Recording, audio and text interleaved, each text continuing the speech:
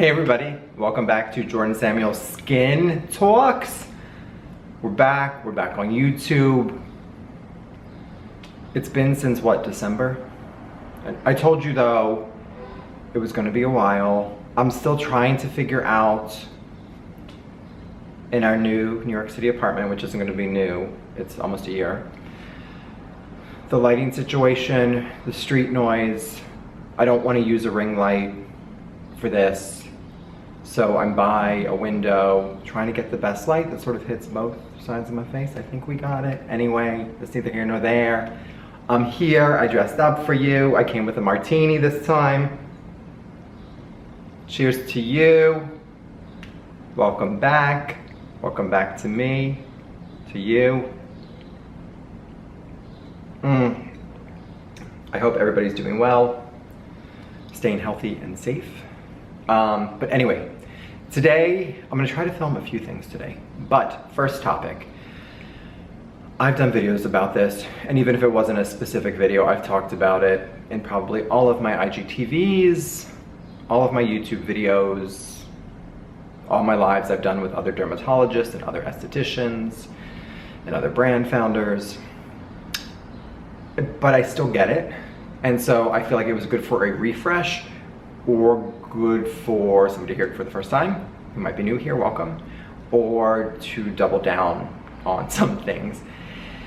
And that is, and I get this question a lot, and it's really specifically with acids or retinols, things that you're not necessarily going to use every day, but the question is, how much is too much? How many times can I use this in a week? What scares me about those, not scares me, but what is problematic with those questions is that you don't, the person reading it who might give you advice doesn't know your background, doesn't necessarily know your skin conditions, your skin types, your environment, your stress level, your diet and age, and your routine and the consistency of your routine. And if you travel and you're changing environments, or you don't travel, and what other products you're using that could potentially, so like it's just a bigger loaded question. And I finally started to say, that's a loaded question. I mean, there's no other way around it. I can't say to you, whatever is a high percentage active to you, whether it's vitamin C, whether it's acids, whether it's a retinol, or anything in between, could to me just be well beyond anything.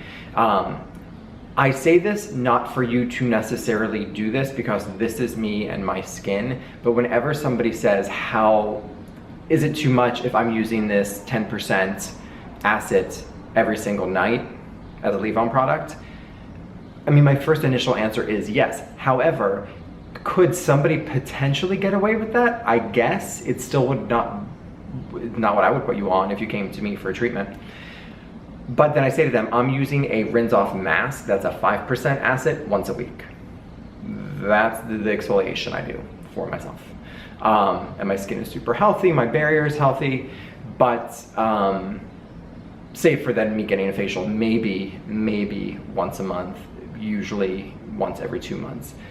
I'm just putting that sort of as bookends, showing that it depends on so many factors. And I really think that you do want that answer, unfortunately, and that's where I want to double down on, is don't seek that answer from somebody else that does not, A, that's not a professional, and B, that is not seeing your skin, is not in a doctor's office, dermatology office with you, not in your facial bed, or you're not in their facial bed. Yeah, you can sort of maybe win the lottery. I'm gonna play the lottery.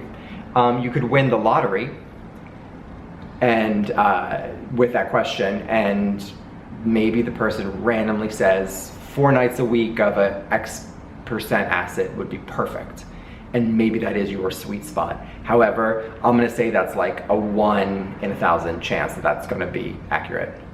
Sip time. So I also forgot how humid it gets in New York City, and it is so humid today, and you see my martini is like chilled, but it's the condensation. But just those answers specifically don't go searching for online, and also don't go searching for on the back of the bottle. I've talked about this before. There's only so much you can write on the back of the bottle, and they're guidelines. And I don't say they're meant to be broken, rules are meant to be broken, but with skincare, they sort of are, especially when it comes to active ingredients. If you find this product and you're like, it is making my skin awesome and perfect when I use it 2 times a week, and then when I use it 3 times a week, it's awful, but it says to use it nightly, use it twice a week. It's that simple. No ifs, ands, or buts about that. And that goes with anything, whether it's a specific cleanser, whether it is, I mean, it goes, as you can tell, I'm getting a little like, about it. But even people will say, what is the, is this going to break me out? Well, I don't know. And there's no way, it's all based on the formula. But you could also have a breakout by technically reacting to a product, or a product just be too much for you. I've sometimes broken out from a product that's not, I mean, it is a breakout. It is a comedone, but it's from irritation and inflammation in my skin, and it's not specifically acne related, oil related, or anything like that. So again, it's all loaded. So for you to put everything in this one little box to get this specific answer about what percentage acid you should be using or active you should be using, how many times a week you should be using it, the only person that could potentially, and this is even a potentially, tell you is what I said earlier, being in a dermatologist's office or being in my facial bed. However, still with that, you're the person with your skin 365, 24/7. And that means I could say to you, yeah, I actually think 3 times a week, perfect for you. And you could find that 3 times a week is not perfect for you, or maybe it is perfect for you in the summer and it's not perfect for you in the winter. So always check, I mean, the moral of the story is what I've been talking about now for years on YouTube, which is always check in with your skin. You are the one with your skin 365, 24/7. You know what it's doing. Yes, we're professionals, but we can't be there with you all the time. So we give you the guidelines and the guidance, and we can certainly always do that, but then it is up to you, and that's the whole thing of choreographing your own skincare routine. Having that power in your hands to be like, no, I shouldn't follow this 3 times a week specifically acid routine if it's not working for my skin. And don't buy into the purging stuff and keep on it because you're just gonna purge. No. Could there be some little things here and there? Yes. Is it going to be detrimental for your routine if it's just a cosmetic skincare product and not a prescription? No, but you shouldn't be having these reactions, redness in certain skin conditions, breakouts in other skin conditions. It just shouldn't be something that comes up. So be your own best judge. Get the information from a professional, from a dermatologist, from an esthetician, have that guidance, have that guideline, but then have the power in your own hands to say, you know what? I don't need to do this. And also, things aren't going to magically, it seems like everybody wants a race to the higher percentage, a race to the more. I saw somebody recently write, I'm using this vitamin C and I love it and it's great for my skin, but I want to know if there's something even stronger out there. Stop. Stop, please stop. Stop. That's all I have to say. Slow and steady wins the race. I did a video about slow and steady, the tortoise and the hare. Be the tortoise, not the hare. Because the thing is, if you think you're doing this and you think you're saying like, oh, I'm gonna get this stronger percent and the skin's gonna be amazing, and I don't even know what you're also like, because the filters that you see, that's not real skin. So don't be chasing that because that's not a thing.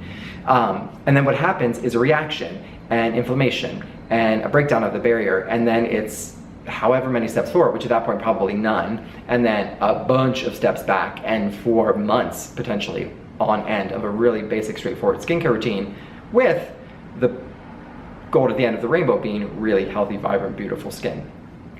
But be your own best judge. Very specific questions should not be answered online. Really, even by a professional, if it's very specific and they're not seeing you in person. And I say that, every other esthetician I know says that, Every dermatologist I know says that I trust with my own skin. So yeah.